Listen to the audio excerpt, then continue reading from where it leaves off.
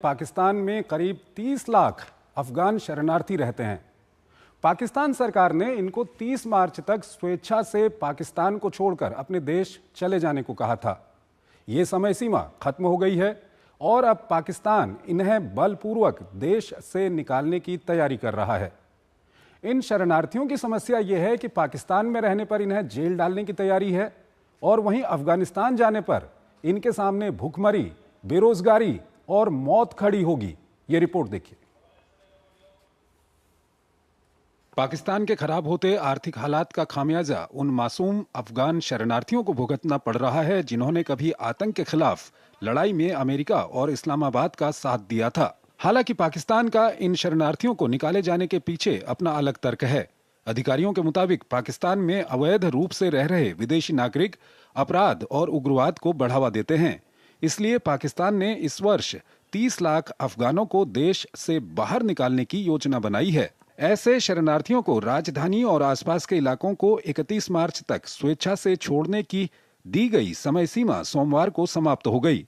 हालांकि गिरफ्तारी और निर्वासन की प्रक्रिया 1 अप्रैल से शुरू होने वाली थी, लेकिन इसे 10 अप्रैल तक टाल दिया गया है। सरकार का यह कदम 2023 में शुरू की गई राष्ट्रव्यापी कार्रवाई का ही हिस्सा है, जिसका मकसद पाकिस्तान में अवैध रूप से रह रहे विदेशियों को देश से बाहर निकालना है, जिनमें अधिकतर अफगानिस्तान के नागरिक हैं। दरअसल अफगान शरणार्थियों को निकालने के लिए पाकिस्तान ने चरणबद्ध तरीके से योजना बनाई थी, जिसमें अफगान नागरिक कार्ड रखने वाले लोगों को इस्लामाबाद और रावलपिंडी शहरों से बाहर निकाल दिया जाएगा। दूसरा, जिन अफगान नागरिकों के पास पंजीकरण प्रमाण पत्र होगा उन्हें वापस भेजा जाएगा। और तीसरे चरण में सरकार ने 31 मार्च तक रावलपिंडी और इस्लामाबाद से लगभग 40,000 अफगानों को निर्वासित करने का प्लान बनाया था। पाकिस्तान के इस अभियान की मानवाधिकार समूहों, तालिबान सरकार और संयुक्त राष्ट्र ने कड़ी आलोचना की है। हालांकि आंकड़े बताते हैं कि पिछले 18 महीने में लगभग 8,45,000 अफगान नागरिक पाकिस्तान छोड़ चुके हैं, जबकि पाकिस्तान के मुताबिक देश में अभी भी 30 लाख अफगान नागरिकों की मौजूदगी बरकरार है। इनमें से करीब 14 लाख के पास पंजीकरण प्रमाण पत्र हैं, जबकि 8 लाख के पास अफगानिस्तान के नागरिक कार्ड हैं। इसके अलावा 10 लाख अफगान ऐसे हैं जो अवैध रूप से देश में हैं, क्योंकि उनके पास कोई कागजात नहीं हैं। शरणार्थियों पर गिरी गाज को लेकर विशेषज्ञों का कहना है कि पाकिस्तान की अर्थव्यवस्था गंभीर संकट से गुजर रही है, इसलिए अवैध प्रवासियों को निष्कासित करने से आर्थिक बोझ कम होगा। दूसरी तरफ ये भी माना जा रहा है कि अवैध शरणार्थियों को लेकर अमेरिका द्वारा फंडिंग रोके जाने के बाद पाकिस्तान को शरणार्थियों से संबंधित नीतियों को आगे बढ़ाने में मुश्किल आ रही थी। बहरहाल पाकिस्तान के निर्णय का असर उन 60 प्रमुख महिला अधिकार कार्यकर्ताओं पर पड़ेगा जो तालिबान शासन के दौरान अफगानिस्तान छोड़ने को मजबूर हुई थीं। इनमें से कई महिलाएं शिक्षा और महिलाओं के अधिकारों के लिए आवाज उठाने के कारण तालिबान के निशाने पर थीं। ऐसी कार्यकर्ताओं को अब ये डर सताने लगा है कि अगर वापस भेजा गया तो उन्हें या जेल जाना होगा या फिर मौत का सामना करना पड़ेगा। इस खबर पर बात करने के लिए हमारे साथ जुड़ रहे हैं प्रोफेसर स्वर्ण Singh, school of international studies JNU से। प्रोफेसर साहब, बहुत बहुत स्वागत है आपका हमारे इस कार्यक्रम में। पहला सवाल आपके सामने मैं यही रखूंगा कि ये अफगान शरणार्थी जो करीब 30 लाख की संख्या में है पाकिस्तान में, कभी तो पाकिस्तान के बहुत प्यारे हुआ करते थे और पाकिस्तान ने इनका काफ़ी फ़ायदा भी उठाया और अब पाकिस्तान ने इनको कहीं ना कहीं अधर पर छोड़ दिया है। क्या कुछ कहेंगे आप? आपकी रिपोर्ट में जैसे कहा गया कि ये मुख्य तौर पर आर्थिक कारण है, जो आर्थिक व्यवस्था की खस्ता हालत है पाकिस्तान में, और अब जो USAID में रोक लगी है उसकी वजह से है। पर इसके पीछे कुछ राजनीतिक कारण भी हैं। जैसे आपने खुद कहा कि 80 के पूरे दशक में जब सोवियत फौजों के काबू में था अफगानिस्तान, तो अमेरिका और सऊदी अरेबिया के साथ जुड़ के एक मुजाहिदीन को तैयार किया गया। तो पहली बार जब तालिबान सरकार में आया तो वो एक तरह से पाकिस्तान का ही एक कठपुतली या मुखौटा था उस वक्त। अब दूसरी बार जब अफगानिस्तान में तालिबान की सरकार आई है अगस्त 2021 से, तब से लगातार पाकिस्तान के साथ उनका तनाव बना हुआ, खासकर सीमा में लगातार हिंसा हो रही है। तो ये भी एक उसके पीछे कारण है कि तनाव के चलते वो वहाँ के शरणार्थी जो अफगानिस्तान से आए हैं उन पर अपना पूरा एक तरह से जो आक्रोश है वो उन पर गाज, जैसे आपने कहा, गिर रही है उनके ऊपर। और लगातार अलग अलग जो एजेंसियां हैं, चाहे ह्यूमन राइट्स वॉच हो, एमनेस्टी इंटरनेशनल हो, और दुनिया भर की ह्यूमन राइट्स ऑर्गेनाइजेशंस ने ये कहा कि ह्यूमैनिटेरियन एंगल से उसको एक मानवीय नजरिए से देखना चाहिए, इसको इस तरह से नहीं होना चाहिए कि जैसे आपने कहा कि या तो वो पाकिस्तान की जेल में जाएंगे या फिर उनका प्रोसिक्यूशन अफगानिस्तान में होगा, तो वो नहीं होना चाहिए। पर वही पश्चिमी देश जिनकी वजह से आपने देखा कि पहले 2 दशक इस सदी के लगातार युद्ध होता रहा अफगानिस्तान में, वो केवल आज 40,000, 30 लाख की आपने जिक्र किया वो शरणार्थी हैं, उसमें केवल 40,000 लेने की तैयारी में है, उसमें भी समय लगेगा।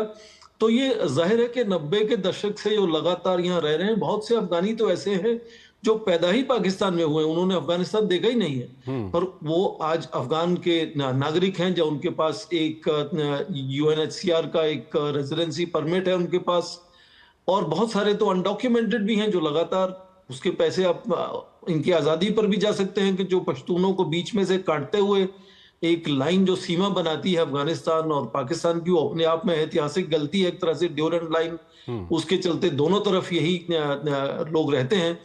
तो इनको अचानक इस तरह से आपने जैसे देखा कि जनवरी के महीने में प्राइम मिनिस्टर्स ऑफिस से एक 2 फेज का एक नोटिस निकलता है कि ये 3 फेज है, इस तरह से इनको डिपोर्ट किया जाएगा।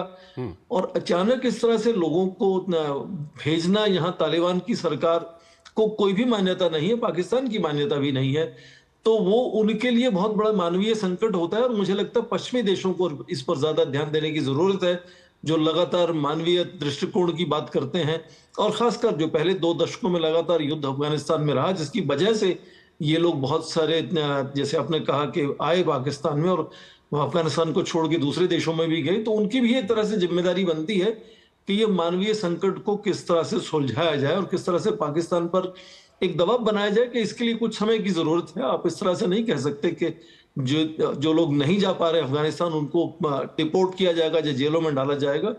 ये मुझे लगता है कि पाकिस्तान का एक ऐतिहासिक सच्चाई है पिछले 4 दशकों की, उसको इस तरह से सुलझाया नहीं जा सकता कि आप केवल जोर जबरदस्ती से उनको इस तरह से अपने देश से निकालने की कोशिश करें।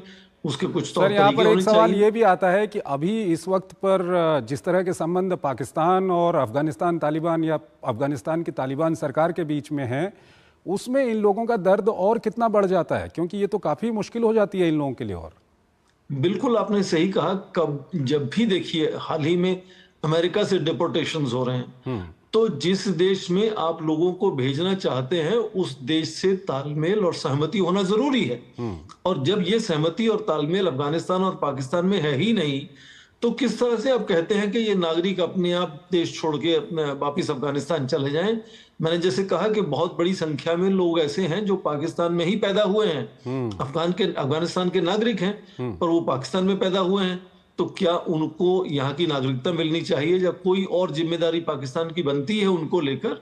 तो इसलिए मुझे लगता है कि बहुत ही एक तरह से आक्रामक रुख अचानक जो है पाकिस्तान का, वो बहुत बड़ा मानवीय संकट एक तरह से खड़ा करने वाला है इसको लेकर।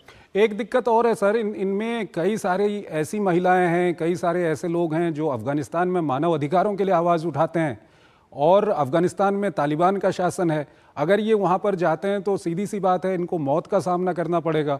ये इसको अंतर्राष्ट्रीय जगत को इसको कितना ध्यान में रखना चाहिए? बिल्कुल आपने ये बात ठीक कही कि बहुत से हजारों लोग तो 2021 अगस्त में जब तालिबान फिर से सत्ता में आ गया, उसके बाद वहां से पाकिस्तान में घुसे हैं। तो जाहिर है कि उन सब का तो वहां जाना एकदम मौत के मुंह में जाने जैसा है। जैसे आपने जिक्र किया करीब 60 महिलाओं का जो इसमें आइडेंटिफाई हो चुकी हैं, तो वो तो पहले से ही आइडेंटिफाइड है। यदि वो वहां भेजी जाती हैं तो उनके साथ क्या सलूक होगा वो हम केवल सोच ही सकते हैं, शायद सोच भी नहीं सकते। तो मुझे लगता है कि क्योंकि पश्चिमी देशों का इसमें बहुत बड़ा हस्तक्षेप रहा पिछले 4 दशकों में, पाकिस्तान के साथ हिस्सेदारी बनाकर इस तरह का जो वहां माहौल पैदा किया गया जिससे लोगों को वहां से देश छोड़कर भागना पड़ा, तो पाकिस्तान के साथ साथ इन पश्चिमी देशों की भी ये जिम्मेदारी होती है कि इस संकट को किस तरह से सुलझाया जाए, उसमें सीधा उनका हस्तक्षेप होना चाहिए और किस तरह की सहायता वो देना चाहते हैं वो भी होना चाहिए। हालांकि हम देख रहे हैं कि अमेरिका के राष्ट्रपति तो विश्व को सहायता देने से पीछे हटते हुए नजर आ रहे हैं लगातार। तो क्या कुछ यूरोपीय देश नेटो के जो दूसरे मेंबर हैं जो लगातार बने हुए थे अफगानिस्तान में, और बहुत से इन लोगों ने उन्हीं देशों की अपने युद्ध में सहायता भी की है। तो उनके प्रति इनकी क्या कोई जिम्मेदारी बनती है या नहीं बनती है? ठीक है सर, ये काफ़ी महत्वपूर्ण होगा देखना।